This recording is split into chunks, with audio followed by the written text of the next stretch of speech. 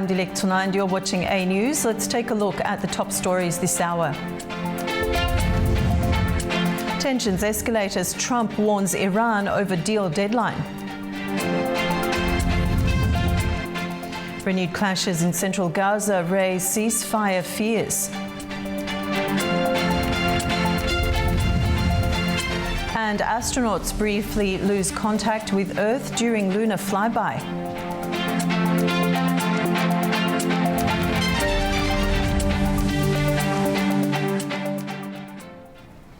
Tensions between Washington and Tehran are intensifying, with both sides hardening their positions as diplomatic efforts come under strain. Here's how the situation is escalating and what it could mean moving forward. Tensions between the United States and Iran are sharply escalating. US President Donald Trump says Iran can be taken out in one night and has set a deadline for Tehran to agree to a deal or face what he calls complete demolition. We have a plan, because of the power of our military, where every bridge in Iran will be decimated by 12 o'clock tomorrow night, where every power plant in Iran will be out of business, burning, exploding, and never to be used again. I mean, complete demolition by 12 o'clock. And it'll happen over a period of 4 hours if we wanted to. At the center of the standoff is a US proposal aimed at ending the conflict between Washington and Tehran. Washington had sent a 15-point plan demanding Iran limit its nuclear ambitions and reopen the Strait of Hormuz, a critical route for global energy supplies. But Tehran has rejected that proposal. Trump says the deadline he set for Tuesday is final and will not be extended, calling Iran's response a significant step, but not good enough. Where we're doing unbelievably well, well at a level that nobody's ever seen before. The entire country could be taken out in one night, and that night might be tomorrow night. The threat has further raised tensions with Iran, accusing the United States of mixing diplomacy with military pressure. Officials in Tehran say talks cannot move forward under these conditions. Iran should not hesitate in defending its country because of any so-called deadline. The reason we do not accept a ceasefire is based on past experience. A ceasefire means a brief respite, allowing the other side to strengthen its forces and commit more crimes afterward. No reasonable person would do that. Our demand is to end this imposed war and ensure that the cycle of ceasefire and war does not repeat. Iran says its position is based on national security and the demands of its people. Meanwhile, Washington signals it is ready to act if no agreement is reached. With the deadline approaching, the risk now is that tensions could escalate even further. Meanwhile, the Israeli military has issued a warning to people inside Iran, urging them to avoid trains and railway lines, saying doing so could endanger their lives. In a message, the military said people should refrain from using rail transport until further notice. Britain is set to host a virtual meeting with more than 40 countries to discuss plans for securing safe passage through the Strait of Hormuz once the Middle East conflict ends. The talks will bring together nations including France, Germany, Canada, Japan, Australia and the United Arab Emirates to explore ways of restoring freedom of navigation in the vital waterway. British officials said the meeting will focus on protecting tankers and clearing mines as part of a coalition that wouldn't include the United States. US President Donald Trump has said it should be the responsibility of other nations to secure the route, urging countries reliant on the passage to take action themselves. Tensions are rising over one of the world's most critical shipping routes, with global powers now stepping in to try to prevent further escalation. Our next report looks at how diplomatic efforts are unfolding at the United Nations.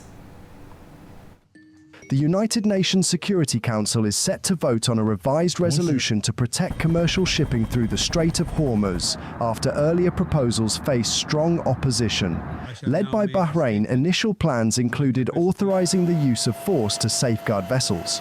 However, that proposal was dropped following resistance from China and Russia. The latest draft urges countries to coordinate defensive measures, including escorting commercial vessels, to keep this vital energy route secure and prevent any disruption to international shipping. ونحن واثقون We are confident that this draft resolution is consistent with international law and with the provisions of the United Nations Convention on the Law of the Sea, which guarantees the right of transit passage through straits without obstruction, contrary to what Iran is doing today. We look forward to a unified position from this esteemed Council during the vote that will take place on the draft resolution.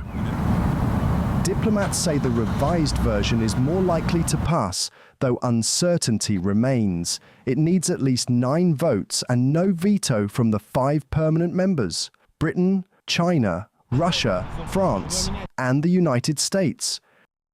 China has warned that allowing force could worsen tensions.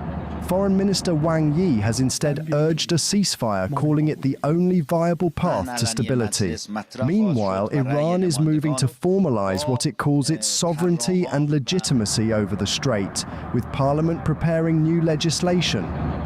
The Islamic Consultative Assembly is determined to pass a law regarding the exercise of sovereignty and legitimacy over the Strait of Hormuz. We are holding very intensive meetings with the respected sponsors of the proposal and the relevant parliamentary commissions, and coordinating with other relevant authorities. This issue will soon be raised in the open session of Parliament, the votes of the honourable members will be taken, and with the coordination of the respected Guardian Council it will become law. The law will certainly be enforced in the Strait of Hormuz by the Islamic Republic of Iran.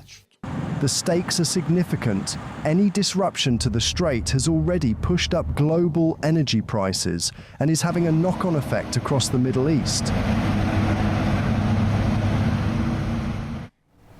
The King Fahd Causeway linking Saudi Arabia to Bahrain has been closed over threats of Iranian attacks.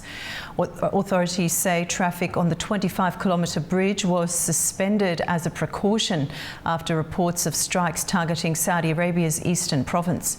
The Saudi Defence Ministry says it intercepted ballistic missiles aimed at the region. The causeway is the only road link to Bahrain, which hosts the US Navy's 5th Fleet.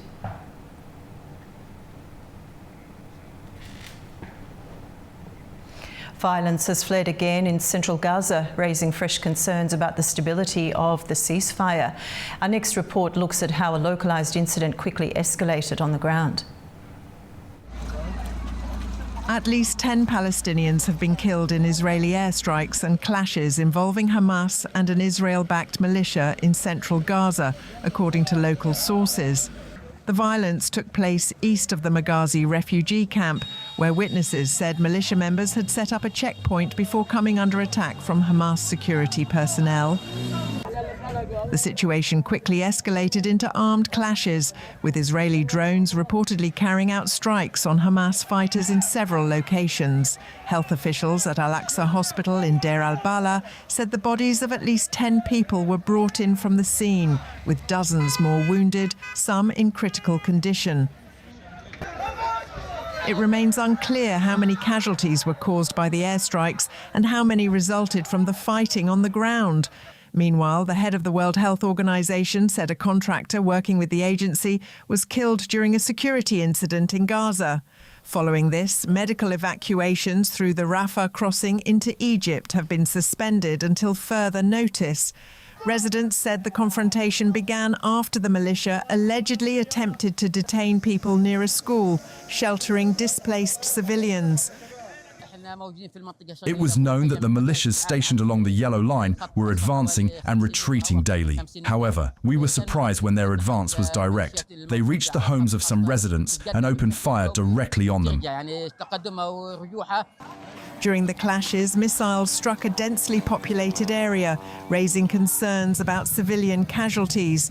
There was no immediate response from the Israeli military or Hamas. Separate reports from across Gaza later on Monday brought the total death toll to at least 12, according to medics. The developments come amid a fragile ceasefire between Israel and Hamas, with both sides accusing each other of repeated violations. And now to space. For a brief moment, astronauts lost contact with Earth as they travelled beyond the moon in a milestone not seen since the Apollo era. It's a reminder of just how far this mission is pushing human spaceflight. Here's more on that story. And we have confirmation of loss of signal of the Orion spacecraft as it flies behind the moon. NASA's Artemis 2 astronauts briefly vanished from Earth's eyes as their Orion capsule slipped behind the moon, entering a planned communications blackout. Mission Control counted down the final minutes before contact would be lost, a rare moment in human spaceflight that hadn't occurred in more than half a century.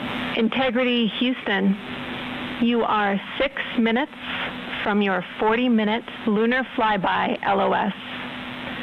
From all of us, it's a privilege to witness you carrying the fire past our farthest reach.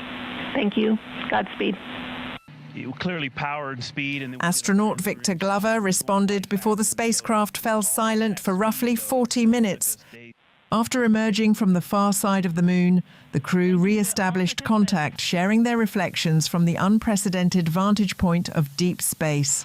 When we were on the far side of the moon and out of contact with planet Earth, we all knew it, and it was a milestone. We saw Earth disappear, Earth set. But we were so busy with the science, and we have such faith in our vehicle integrity, such faith in mission control, that we were just at complete peace and just doing our job, and just trying to do a good job to collect as much science data as we could while we were on the far side of the moon, and we were just giddy in here. The mission, the first crewed lunar journey since Apollo, is testing systems critical for future deep space exploration.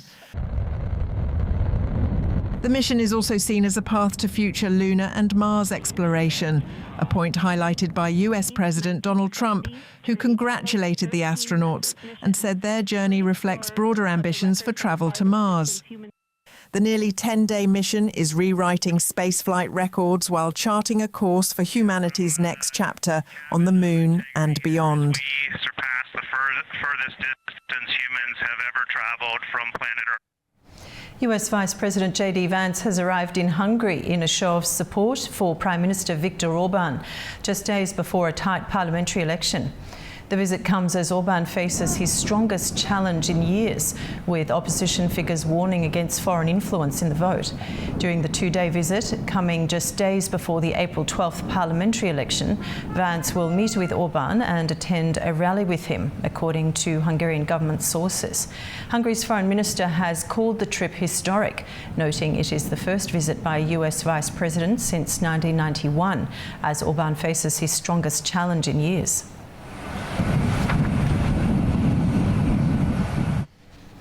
One of Australia's most decorated soldiers has been charged with war crime offences linked to the Afghanistan conflict. Our next report takes a closer look at the allegations. Australia's most decorated living veteran has been charged with 5 counts of war crime murder. Police say the 47-year-old former Special Air Service soldier is accused of killing 5 unarmed Afghans in Uruzgan province between 2009 and 2012. Good afternoon. A former Australian Defence Force member has today been arrested and will be charged with 5 counts of war crime murder after a joint investigation between the Office of the Special Investigator and the AFP. Prosecutors allege the victims were detained, unarmed, and not taking part in hostilities at the time. If convicted, he faces a maximum sentence of life imprisonment. The case makes him the second Australian veteran of the Afghanistan campaign to be charged with a war crime. Authorities say more than 50 investigations into alleged war crimes by Australian forces have been launched, with several cases still ongoing. The arrest follows a 2020 military inquiry that found evidence Australian Special Forces unlawfully killed 39 Afghan prisoners, farmers, and other non-combatants. The alleged conduct related to these charges is confined to a very small section of our trusted and respected ADF, which helps keep this country safe. The overwhelming majority of our ADF do our country proud. Today's charges are not reflective of the majority members who serve under our Australian flag with honour, with distinction, and with the values of a democratic nation. Police have not named the suspect, but Australian media have identified him as Ben Robert Smith, one of the country's most decorated soldiers. Robert Smith was hailed as a national hero after being awarded several top military honours, including the Victoria Cross for his service in Afghanistan. Former French President Nicolas Sarkozy has appeared in court in Paris for an appeal hearing over a criminal conviction linked to his 2007 election campaign. The hearing follows a ruling that found him guilty of conspiracy in attempts to secure funding from Libya during the rule of Muammar Gaddafi. Sarkozy denies the charges and is challenging the conviction after briefly serving time in prison last year. Judges previously said there was no proof that Libyan money reached his campaign, but found he allowed aides to seek financial support. The case stems from alleged contacts with Libyan officials between 2005 and 2007, with the appeal expected to determine whether the conviction stands.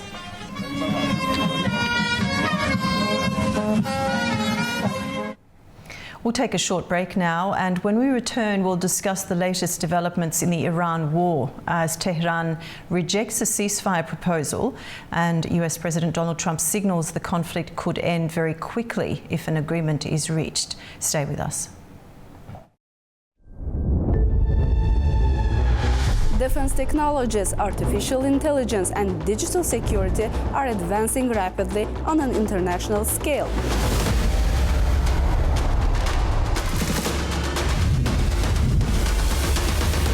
Avelsan has designed and delivered simulators of numerous military aircrafts, helicopters, and aerial platforms.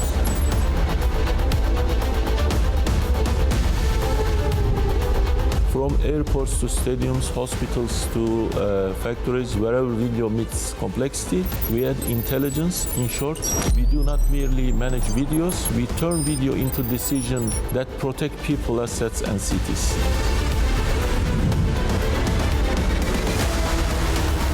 Today, we will be discussing these AI initiatives, international collaborations, and future technological objectives.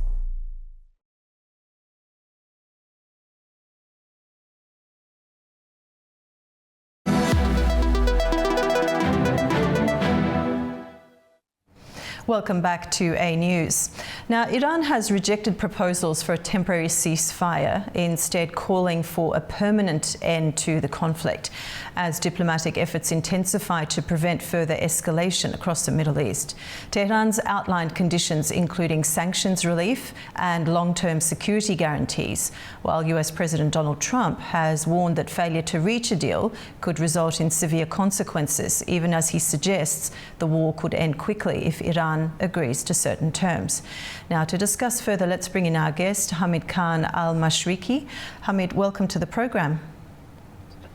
Thank you very much, Dilek. Thank you.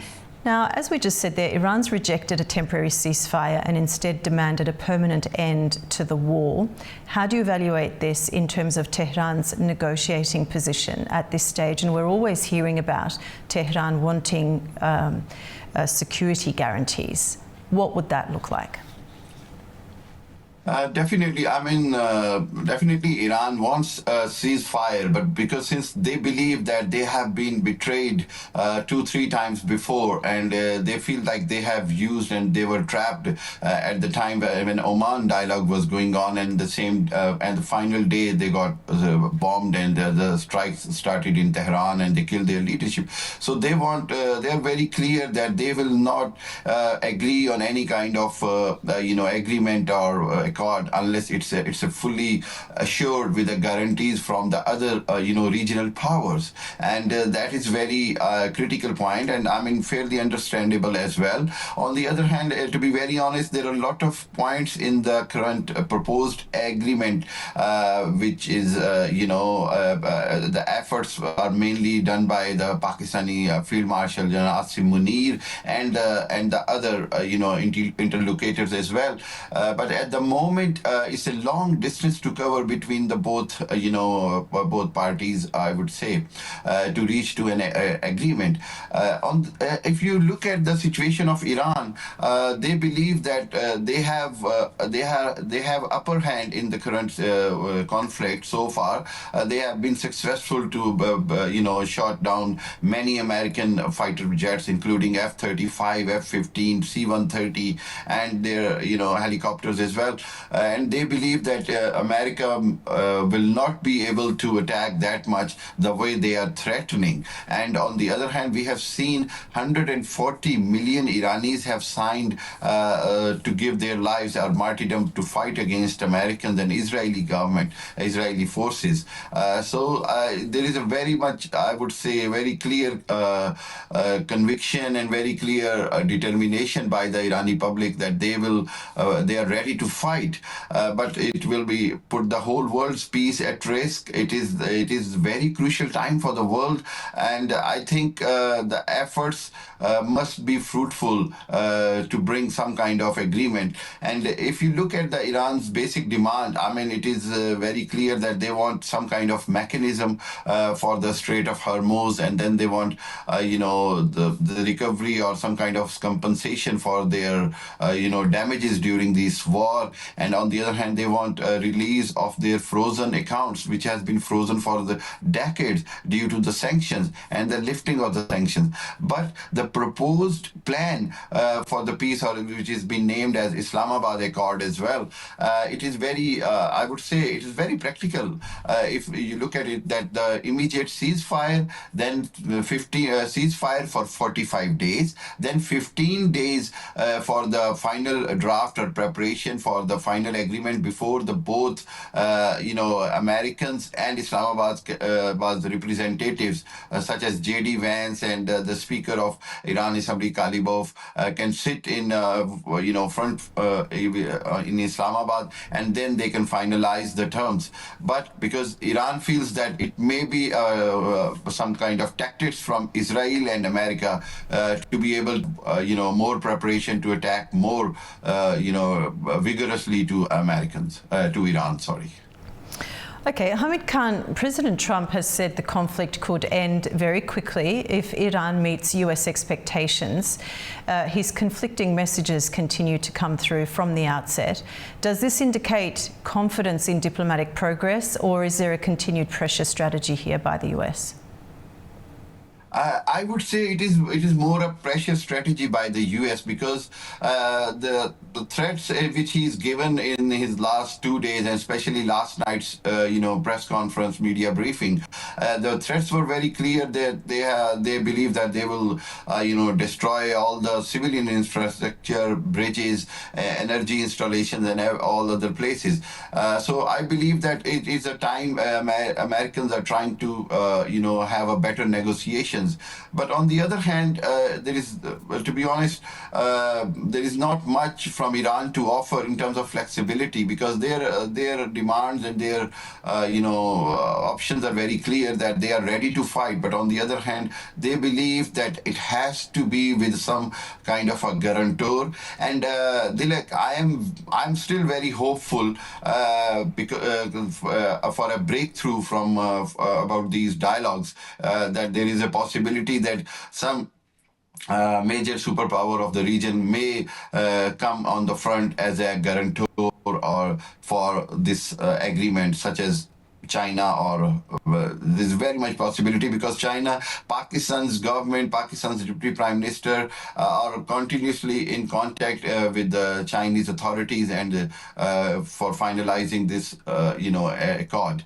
So there is a very high possibility, but on the other hand, this too much continuous threatening is not helping the peace process. It is making it worse, because when you want to have to go to some kind of peace agreement or deal, you have to show flexibility, and that is the problem. Both ends are not showing any flexibility in terms of media. Although internally, both are dealing, both are willing to dialogue. Both Iran and America, they understand the war must end now. But on the media front, none of them is showing any flexibility.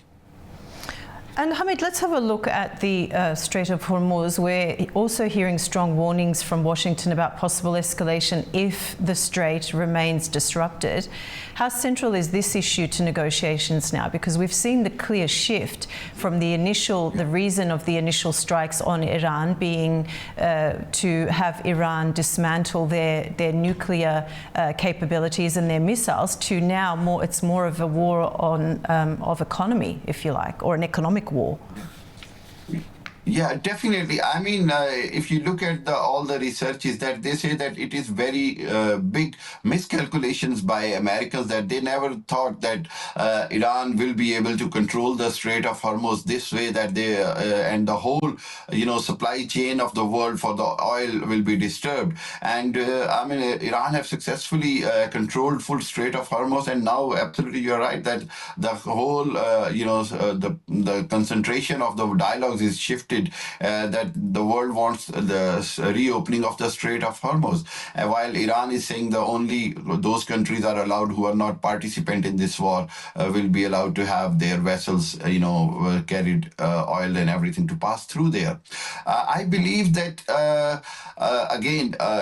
Iran is very much in control at the moment of a Strait of Hormuz, and the rest of the world, which President Trump is keep complaining to them that they are not helping him, like Europe, NATO, and Australia and Japan. But they are all these countries are very clear with their message that we are not the one who started this conflict and escalation and war, so we will not be the party in it, that their interest will be damaged as well and targeted by Iran's as well. And I think it is the time for America to decide if they will go to the further stage of the war, like they will carry on attacking on their infrastructure. Then the Strait of Bab el-Mandab could be affected as well. That as Iran have threatened that they are very much in control through the Houthis in Yemen, that they can stop the trading or in Bab el-Mandab as well. And if that happens, you can imagine over 80% of the oil trade will be affected. Definitely, the world is facing so much crisis at the moment because of Strait of Hormuz. Stock markets have crashed many times. The supply chain is disturbed. The oil prices have gone over $120 billion, dollar on a barrel, and this is very critical. And mainly the world is keeping, and which is rightly keeping responsible Americans and Israel for that, because Iran is not the one who did this, and the Americans are the aggressors. So they have to, I think that how long they can sustain for that. We have seen there are so many voices in America against this war now, and the people are saying that this war must end because it is directly affecting American economy as well. Okay, Hamid, I know you touched on this briefly, but I want to hone in now on Pakistan's role. So mediation efforts involve regional actors, including Pakistan. Where does that role stand in terms of resolving this conflict? How much do we know about that? Yes, definitely, especially in last 48 hours, there was intense effort by the government of Pakistan, particularly Field Marshal Asim Munir is very much keen to stop war, because he believes it will be very catastrophic for the region if it goes to the level which President Trump is talking about, and if other powers has to intervene and that will be very catastrophic. And understanding the sensitivity and criticality situation, Pakistan is playing a very important role. Pakistan is in contact with all the possible senior leadership of Iran. On the other hand, Pakistan is in contact with American leadership such as Steve Witkoff and Vice President J.D. Vance. And through that, is in contact with President Trump as well, and as well as Supreme Leader of Iran, Mujtaba Khamenei.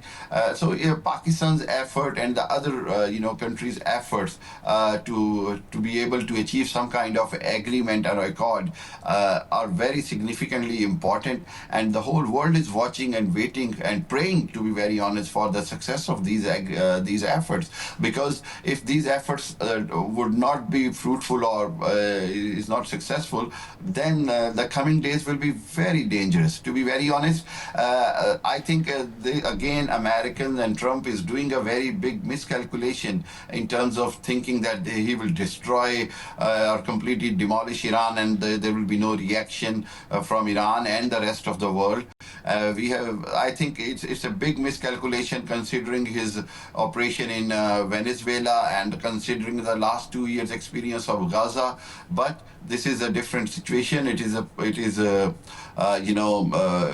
an Iran, very big population, and with such a big army, and then they have technology. They have proved it in retaliation in last 36 days by attacking back to Israel and Tel Aviv, Haifa, and other American interests in the region. So I think it is a very high time for everybody to understand that the success of these dialogue and these effort is very critical, very much important, that it must be successful. Otherwise, there will be very much catastrophe in the region, and the rest of the world will suffer as well. Hamid Khan, it's always a pleasure. Thank you so much for your analysis today. Thank you. After the break, we'll take a look at the key stories shaping the region. Stay with us.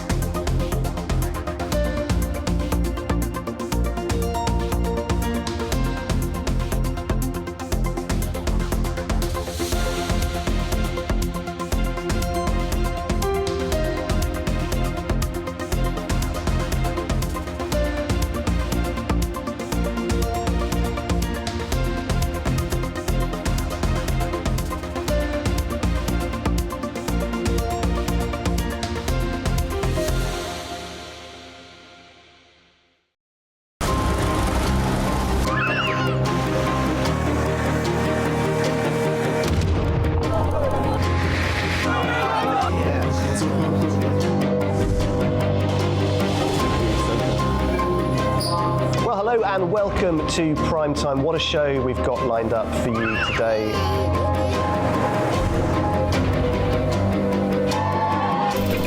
In a complex world, clarity is power.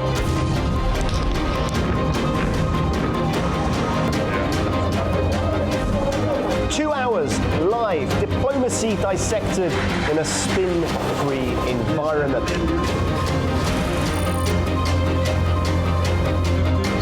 That's Prime Time with me, Guy Schoen, weekdays on A News.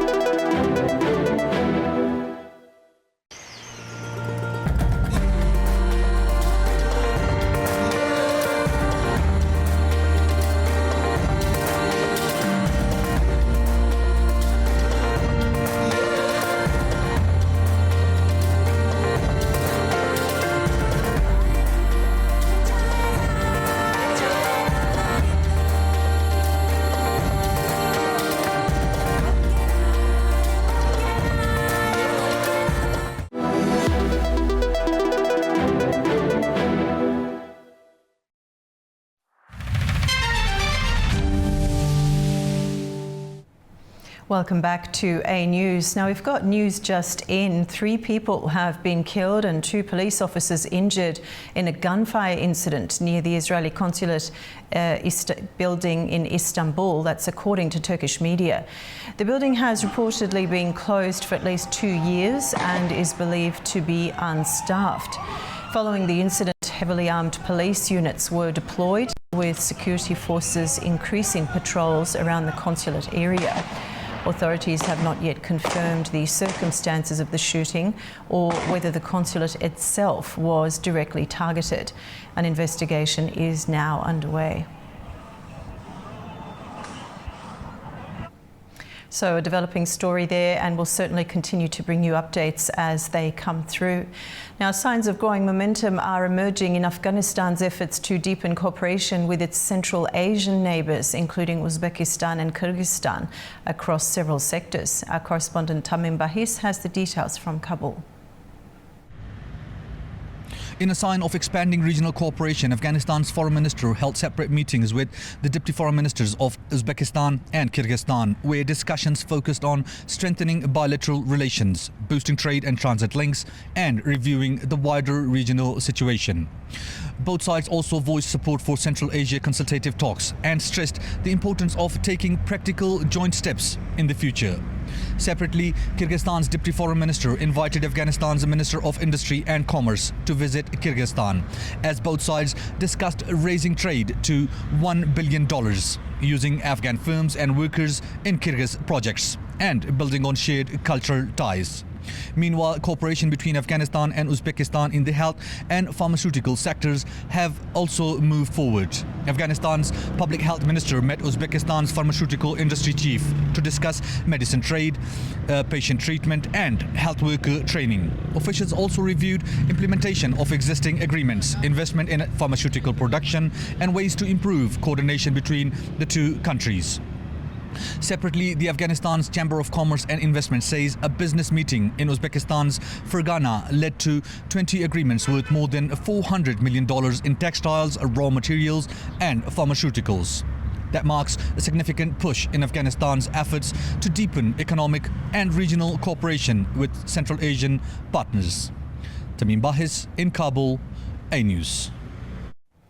Turkey has launched a new transit trade route with Saudi Arabia to keep goods moving across the region. The agreement will allow shipments to travel through a mix of pipelines and road networks, with transit visas issued to ease cross-border movement. Trade Minister Ömer Bolat says the route is designed to maintain access to Gulf markets and avoid delays.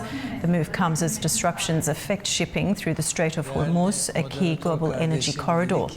Officials say the plan will help protect supply chains and limit the impact of ongoing instability. A third Turkish-owned vessel has successfully transited the Hormuz Strait as Ankara continues efforts to secure maritime trade amid ongoing regional tensions.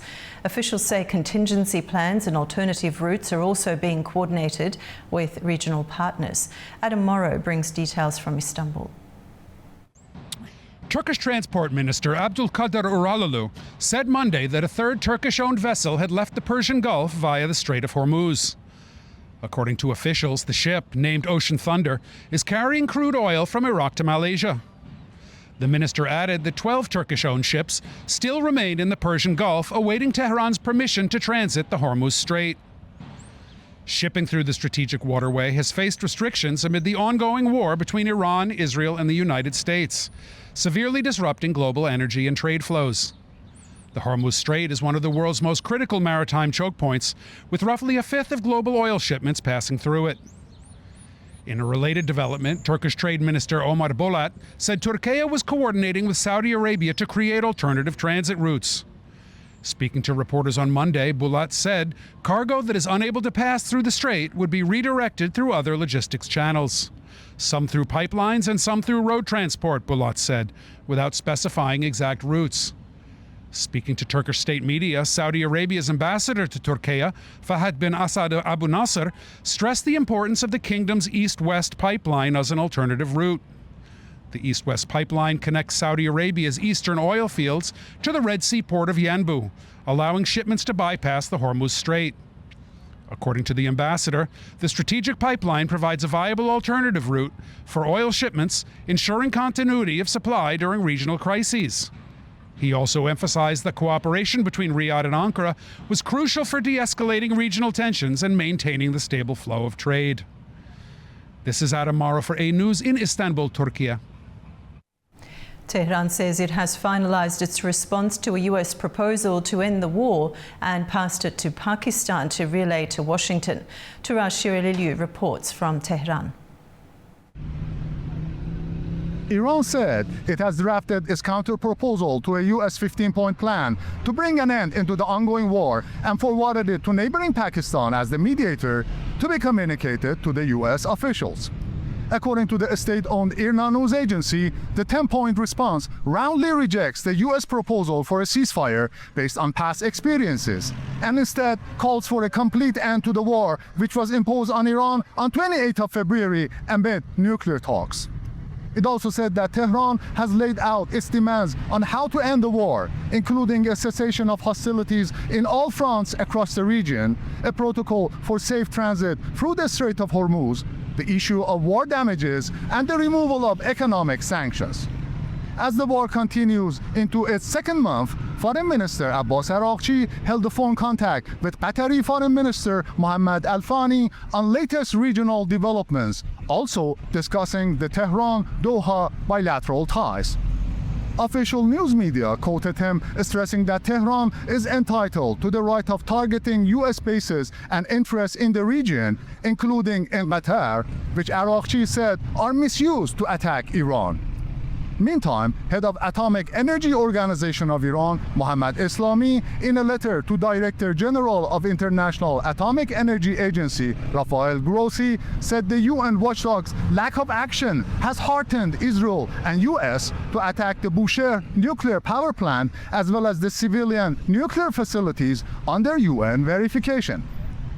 It is the 39th day of war, and Iran's military officials, including a spokesman for Revolutionary Guards Khatam al-Anbiya Central Command, Ebrahim Zolfaghari, have warned of crushing retaliatory response if attacks on civilian targets are repeated, following US President Donald Trump's threat of bombing Iran's non-military infrastructure on Tuesday. Turash Shirililiu, Tehran, for A News. Now we'll take a short break. Right after the break, we look at Kyrgyzstan's consideration of nuclear energy as the country explores long-term solutions to rising electricity demand. We'll see you shortly.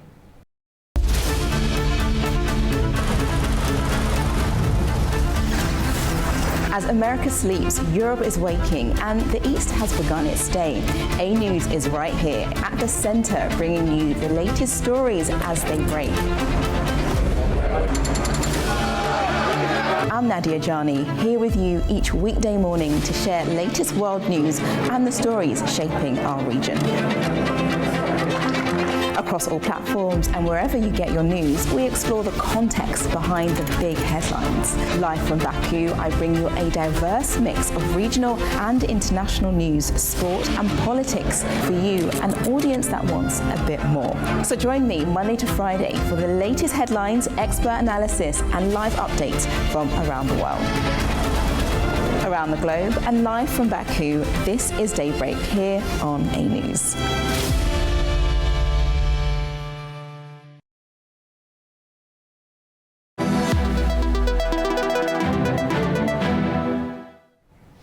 Welcome back to A News. Kyrgyzstan is preparing to make a key decision about its energy future.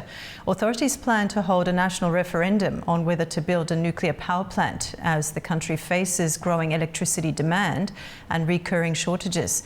Our correspondent Fariza Kalimurzina reports from Almaty.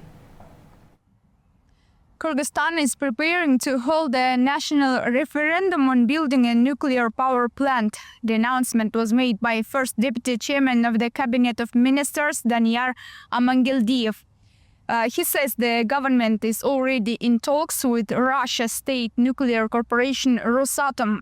But for now, the project is still at an early stage. The focus is on developing infrastructure and training specialists. Officials say the country can only move closer to a construction decision after this groundwork is completed. At the same time, the interest in nuclear energy is being driven by a rising demand. Authorities say a nuclear power plant could provide a stable source of electricity and help reduce ongoing energy shortages. Over the past decade, the electricity consumption across Central Asia has been growing by an average of 3.2% each year. By 2030, demand is expected to increase by another 40%, reaching around 370 billion kilowatt hours annually. Kyrgyzstan remains heavily dependent on hydropower. During periods of low water levels, especially in winter, this often leads to reduced generation and electricity deficits. A similar referendum was held in Kazakhstan in 2024, where voters backed the construction of a nuclear power plant. The project has already moved into the implementation phase, with Rosatom as the general contractor.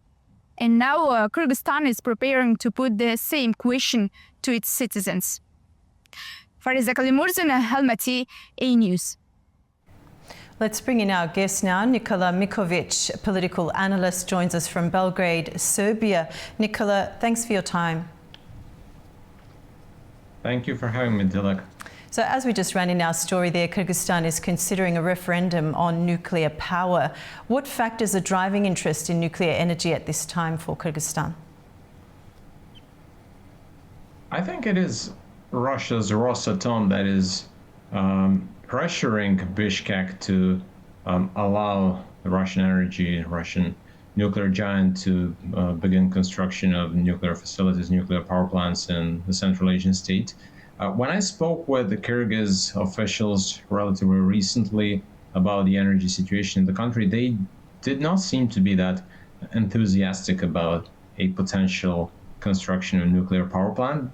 In my view, they had some other priorities.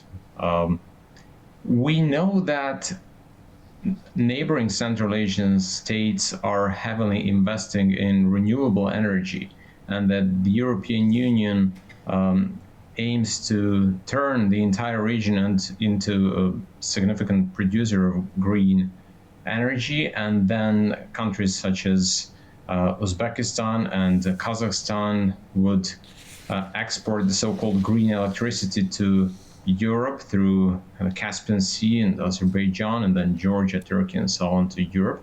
But Kyrgyzstan does not see itself as part of this strategy because the country is constantly facing energy shortages and it's forced to import energy. So from that perspective, it does not make much sense for Bishkek to think about these important projects in terms of renewable energy, although it could to a significant extent help its energy consumption at home. However, in my view, they are determined to invest in their existing hydropower plants, not in nuclear facilities, although that could change. They announced the referendum, but still I would have to point out Kazakhstan held a referendum on the same issue 2 years ago, and the construction has not started yet. Astana allowed Rosatom as well as Chinese corporations to build nuclear facilities in the country, but nothing happened yet. So it's a long-term process. Even if Kyrgyzstan eventually approves a potential construction, it might take years, if not decades, for the country to get its first nuclear power plant. Okay, so as you said earlier, talks with Russia's Rosatom reportedly ongoing. As you put it, there was pressure from the Russian end. How central is Russia's role in shaping nuclear energy development in Central Asia? And just for our viewers, what's in it for them? Well, we know that Russia is involved in the construction of nuclear power plant in Uzbekistan, and also it has significant influence in Kazakhstan. Rosatom is supposed to begin building a nuclear power plant there, although we don't know when exactly that will happen. Besides Rosatom, there is also another Russian company that's involved in Kyrgyzstan, and it's called InterRAO. It's involved in energy imports because Kyrgyzstan is forced to import energy, especially in winter, from not only from neighboring countries but also from Russia through Kazakhstan, and InterRAO is playing an important role in this process. But in this particular case, I think it is Rosatom that's pushing the authorities in Bishkek to allow the company to begin building a nuclear power plant. At this point, it's too early to say whether that will happen or not. Critics say that it would be a risky move, especially because of seismic activities in Central Asia and especially in Kyrgyzstan. On the other hand, it's a fact that the country faces energy shortages and that it has to import electricity. So in order to resolve that issue, one of the options is certainly nuclear energy, although it's my impression that the authorities are more focused on hydropower plants and to some extent green energy facilities, although even here Rosatom is involved because, as we know, the company is involved in the construction of a wind park in Kyrgyzstan, Issyk-Kul region. So Russia's influence in Kyrgyzstan, especially in terms of energy, is still pretty strong. And Kyrgyz authorities, Nicola, say public approval will be key before moving forward. How important is public perception in decisions about nuclear energy? I think that will depend on the way the authorities formulate the question. If they formulate it like this, do you approve Rosatom's ambitions to build a nuclear power plant in Kyrgyzstan, then it's entirely possible that the majority of the population will say no, because there's a growing anti-Russian sentiment in Kyrgyzstan. It's not as strong as in some other countries, but it's growing. On the other hand, if they formulate it like, do you approve a construction of nuclear power plants in Kyrgyzstan, then it's possible that they will say yes, because we don't know who exactly will they choose to build the facility. So it is unfortunately a political question, as it was in Kazakhstan, where the authorities tried to balance between various foreign corporations interested in building nuclear power plants in the largest Central Asian countries. So in the end, Astana chose Russian and Chinese corporations, although if they decide to build more nuclear power plants, then it's possible that Korean and maybe French companies will be involved. But again, I have to point out that nothing is happening on the ground in Kazakhstan yet. So even if Kyrgyzstan eventually greenlights plans for Rosatom or any other corporation to build a nuclear power plant, it will take between 6 and 10 years to get the first nuclear power plant. So it's a long-term process. Mm-hmm. Okay, and as you said earlier, there is a pressing energy need in Kyrgyzstan, but nuclear projects often take years to deliver results. How does Kyrgyzstan balance urgent energy needs with the long timelines required for nuclear development? As I said, the country has to import energy from regional nations and also from Russia. But when I spoke with their officials a couple of months ago or so, they told me that the country aims to improve its energy sector and to invest a lot in its energy infrastructure, because it is interested in, unlike other countries that are building their green energy infrastructure, aiming to export it to Europe, Kyrgyzstan wants to build a lot of data centers. That's one of their priorities at this point, and as we know, data centers require a lot of energy. Maybe that's one of the reasons why the country is thinking about nuclear energy as well. Although, in my view, at this point, hydropower plants will have priority when it comes to their energy security. But the country is, unlike other Central Asian nations, is in a difficult position because it is not seen as an energy exporter, unlike Kazakhstan and Uzbekistan. And also we have neighboring Tajikistan that's almost 100% a green energy producer. That's not the case in Kyrgyzstan yet, despite the huge potential. So I think the authorities in the country will continue investing in hydro power plants and to potentially to rebuild the existing facilities. Although, as I said, it will take a long time even for that part of their strategy, let alone for nuclear development. Nicola, thank you so much for your analysis today. It's a pleasure talking to you. Thank you. That's the news for this hour. Stay tuned to A News for all the latest updates.